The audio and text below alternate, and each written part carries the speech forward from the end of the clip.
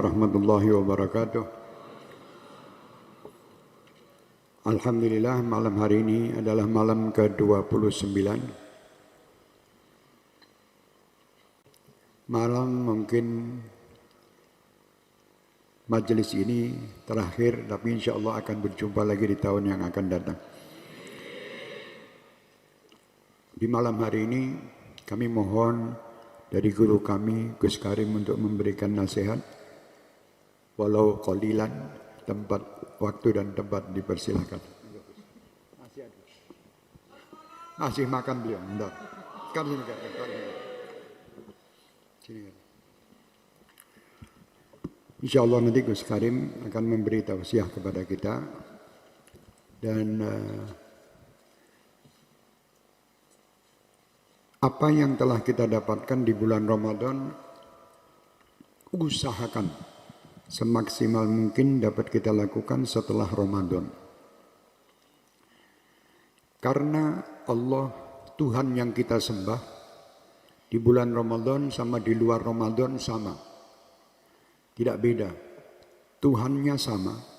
Kenapa kita membedakan dalam menyembah kepadanya di bulan Ramadan dan di luar Ramadan? Jadi kan hari-hari kita semua adalah hari-hari Ramadan. Seperti kita semangatnya dalam membaca Al-Quran, semangatnya dalam beriktikaf, semangatnya dalam bersedekah, semangat dalam menjalankan mengaji kajian-kajian ilmu malam hari. Sebetulnya Ramadan adalah pelajaran bagi umat Nabi Muhammad untuk setelah Ramadan. Hasil dari majelis adalah setelah majelis. Jadi orang bisa mengetahui bagaimana hasil dia dalam majelis itu, berhasil atau tidak setelah dari majelis. Kalau di majelis insya Allah semua baik.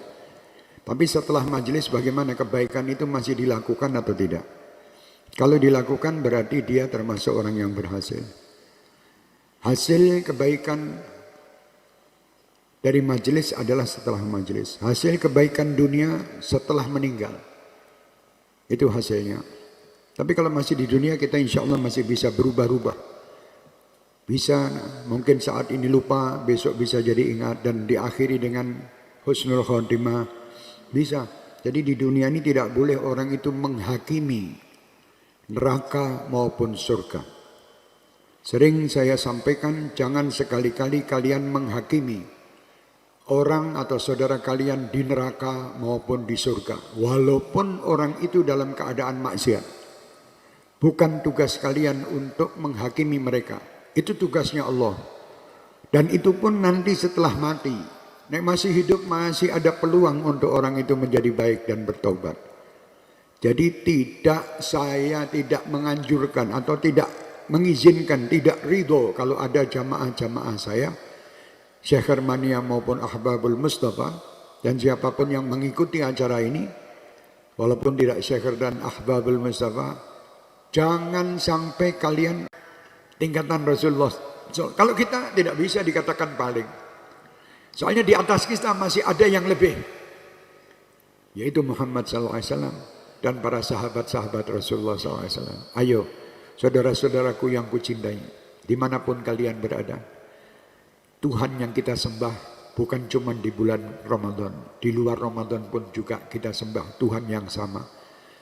Allah yang memberi rezeki bukan cuma memberi rezeki di bulan Ramadan, di luar Ramadan memberi rezeki. Allah yang maha pengasih lagi maha penyayang bukan cuma mengasihi di bulan Ramadan, di luar Ramadan pun Allah juga mengasihi. Makanya dekatlah kepada Allah. Allah Subhanahu wa taala menanti bagaimana nanti keluarnya manusia-manusia dari menyelesaikan ibadah siam ini. Kalau menyelesaikannya dengan sempurna, niat ibadahnya dengan niat yang sebenar-benarnya, Allah akan mengarahkan kita menuju jalan yang benar.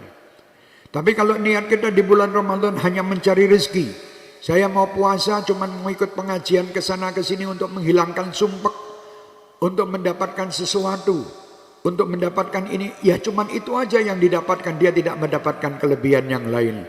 Barang siapa yang niatnya karena Allah dan Rasulnya, dia akan mendapatkan akhirat dan dunianya. Tapi kalau yang meniatkannya cuma urusan-urusan sepele dunia aja, dia tidak akan mendapatkan dunia yang dia inginkan, sempurna tidak dapat, dan akhirat pun dia tidak akan mendapatkannya. Hati-hati eman. Hidup ini cuman istilahnya sementara dan dunia ini berputar. Seperti yang disampaikan oleh penyanyi itu, dunia adalah panggung sandiwara. Ini dunia. Sekarang sandiwara corona masih terjadi nih di mana-mana. Kita doakan supaya corona ini menyingkir. Kita doakan supaya masyarakat ini menjadi masyarakat yang tenang, tenteram, bahagia. Ini sekarang wabah-wabah jiwa-jiwa manusia yang kotor ini menonjol banget. Karena apa? Karena urusan handphone dan sebagainya ini. Urusan-urusan media ini membuat manusia justru saat ini sangat brutal dan sangat jelek. Mereka berani menyebarkan berita-berita yang tidak ada manfaatnya untuk orang lain, dan justru berita itu justru menyakitkan saudara mereka sendiri.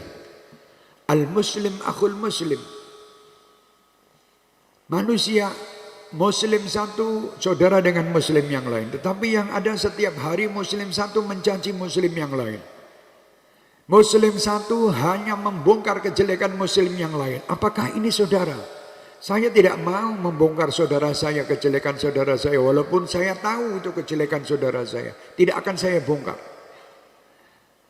Lah bagaimana kita ini kalau mengaku sebagai umat Nabi Muhammad?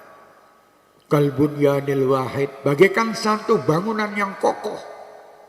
Mana yang kokoh ini? Tiang-tiang bangunan itu dihancurkan sendiri. Lucu ini umat Islam ini. Mari, cukuplah, cukup. Bangsaku yang kucintai. Jangan kalian ini hanya mementingkan kepentingan-kepentingan pribadi kalian. Terutama para pejabat. Terutama orang-orang yang mendapatkan amanat. Jangan. Kalian ini diamanati oleh rakyat karena kalian nanti dimintai pertanggungjawaban oleh Allah Subhanahu wa taala. Ini tidak mudah. La yughadiru saghiratan wala kabiratan illa ahsaha.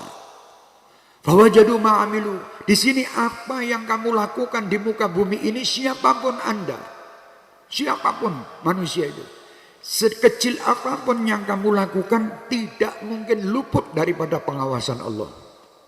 Tidak mungkin luput. Jangan kalian merasa ada kesempatan untuk berbuat jelek langsung kalian melakukan. Jangan. Kejelekan itu jangan sampai dikasih kesempatan sama sekali.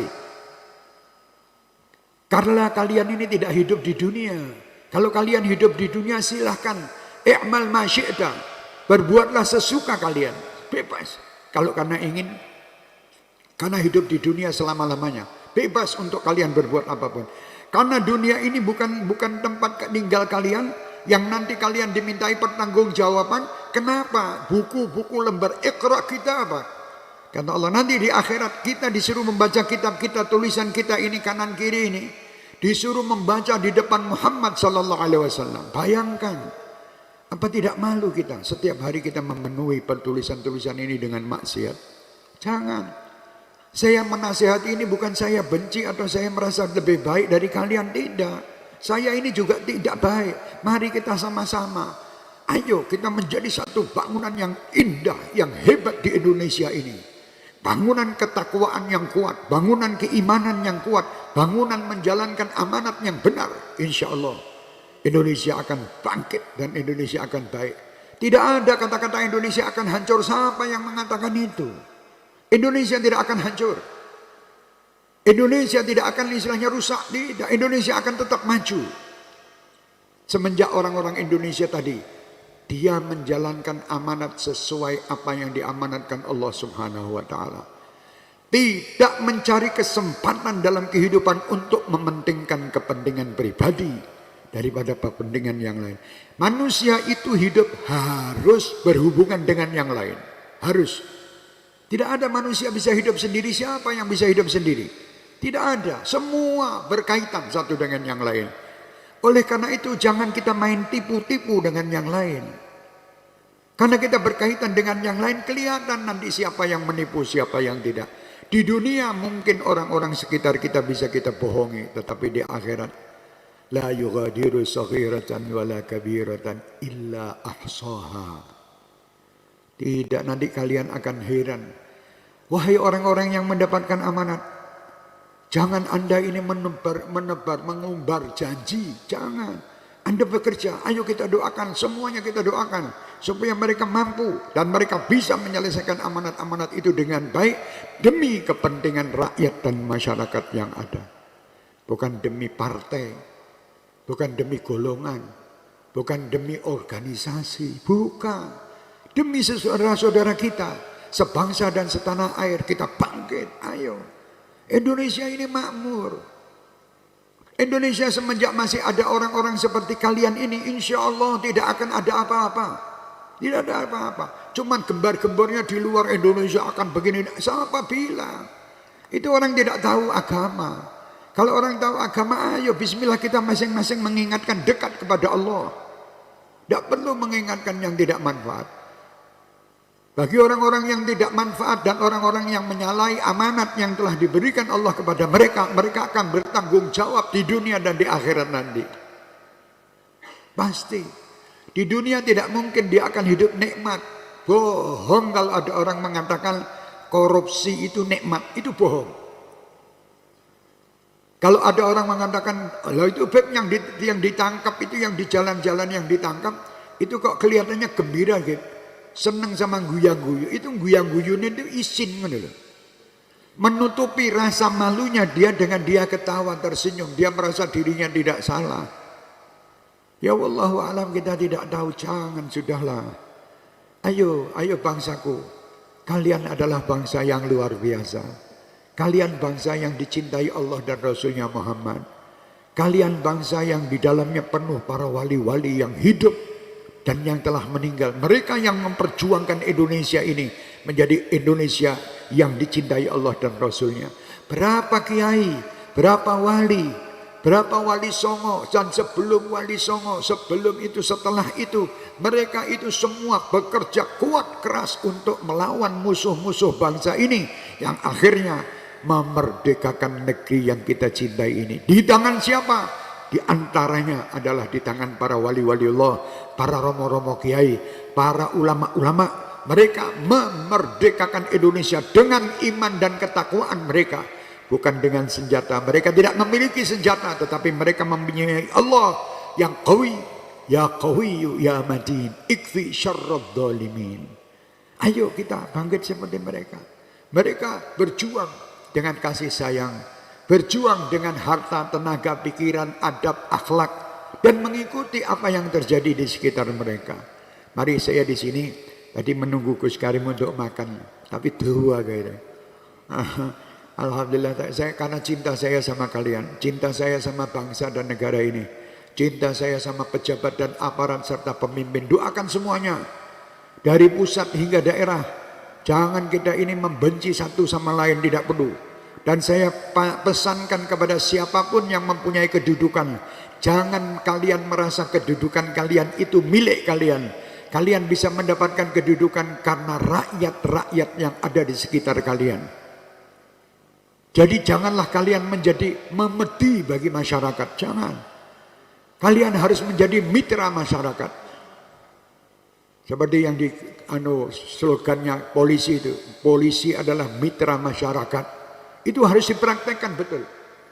Masyarakat juga mitra polisi, harus di masyarakat dipraktekkan. Ayo kita ini bukan saling takut, lihat polisi takut, polisi lihat rakyat dia takut, ada apa? Tidak perlu takut. Kita ini sebangsa dan setanah air dan kita mempunyai tugas yang beda-beda. Dengan kita bersatu, kita mengikuti aturan Allah dan Rasulnya, mengikuti aturan negara kita, insya Allah kita akan selamat. Tapi kalau tidak, ya carut marut terus. Yang memberi rezeki kalian itu bukan THR. THR telat bengok, iki telat ngamuk, ini ngamuk. Bukan, kalian tidak tahu yang memberi rezeki kalian itu Allah. Bukan majikan kalian, bukan pemerintah kalian, bukan. Mereka tidak memiliki apa-apa, mereka miskin di sisi Allah. Kalau kalian itu mendekati mereka, berarti kalian juga termasuk miskin juga. Dekati Allah yang kaya. Pasti kalian dapat dari mana? Allah yang menentukan, bukan THR. Makanya perusahaan ada THR-nya telat sih, ngamuk kabeh. Ada ini ngamuk apa, Beb? Kowe yo ora entuk, ora ngrasake. Bukan saya tidak merasakan, saya ngajak, saya ini pernah merasakan seperti itu. Ya kalau memang sudah tidak bisa, tidak usah kerja di situ, keluar. Karena perusahaan itu sudah tidak bisa menggaji Anda, ya keluar cari kerjaan lain. Tidak ada kerjaan, banyak kerjaan, minimal ngepel masjid. Lak sugih wae. Loh ngepel masjid kayak wong kere, siapa bilang ngepel masjid kalau enggak? Bukan kita mencari duit dengan ngepel masjid. Banyak orang sekarang ini golek-golek. Bukan. Taman ini Allah kaya. Allah itu kaya. Kekayaan Allah tidak pernah habis. Tidak pernah habis. Tapi kekayaan manusia. Coba kalian pernah baca Quran kan? Korun itu kekayaannya mana sekarang? Korun. Super kaya. Tidak satupun orang kaya seperti Korun. Kemana kekayaannya Korun? Kuncinya itu yang megang tuh puluhan orang. 30 lebih katanya gendong kunci hartanya Karun. Makanya kalau ada di atas, harta di bawah itu dikatakan harta Korun. Peninggalannya Korun dia nih. Nek ketemu nang ngisor-ngisor ada. Mana dia? Orang-orang waktu lihat Korun waktu itu, ya Allah, mudah-mudahan aku iso kaya Korun, enak kaya ngono luar biasa. Setelah Korun dilebokkan jeroan lemah, dimasukkan oleh Allah. Orang-orang gelo, untung aku ora dadi kaya Korun. Lah itu. Jadi subhanallah, hati-hatilah, hati-hati. Jenengan ndak usah takut miskin. Jenengan takut to mlebu neraka apa surga kuwi lho wedya ning kono, nek mlebu neraka ki piye aku engko. Jenengan iki dadi piye caranya orang-orang yang yakin kepada Allah bahwa Allah yang akan memberi semuanya. Tidak mungkin manusia bisa memberi. Banyak kejadian-kejadian. Orang sudah tanda tangan komplit batal. Ayo mau bilang apa? Sapa kuwi?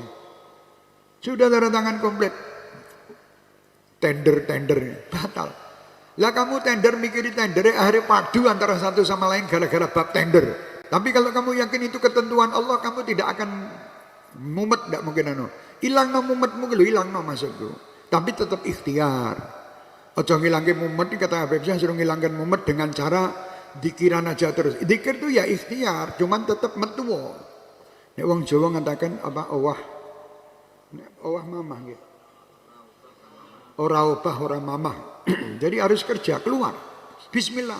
Nah wa itu mencari rezeki lillahi taala. Metuwo wis bismillah. Engko lak entuk. Pun metu mboten angsal, berarti kowe sehat. Iso balik ngono. Ya kalau mati langsung dut lah, cek balik alhamdulillah kesehatan. Lah rezeki itu jangan dianggap duit aja. Meripatmu ki iso motong mandeng wong alim itu rezeki yang luar biasa, mbok kira orang. Telinga bisa mendengarkan nasihat, bisa mendengarkan Al-Qur'an, ini rezeki luar biasa. Banyak orang yang punya kuping tapi tidak bisa dengarkan Quran. Yang didengarkan bangsa musik-musik sing ora manfaat. Ini rezeki di antaranya kamu mempunyai anak istri tidak pernah sakit, itu rezeki. Lah kowe DKI 5 miliar tapi anak bojomu loro terus tiap hari pengeluarannya 6 miliar. Ya tidak ada artinya. Jadi orang itu mikir, oh alhamdulillah.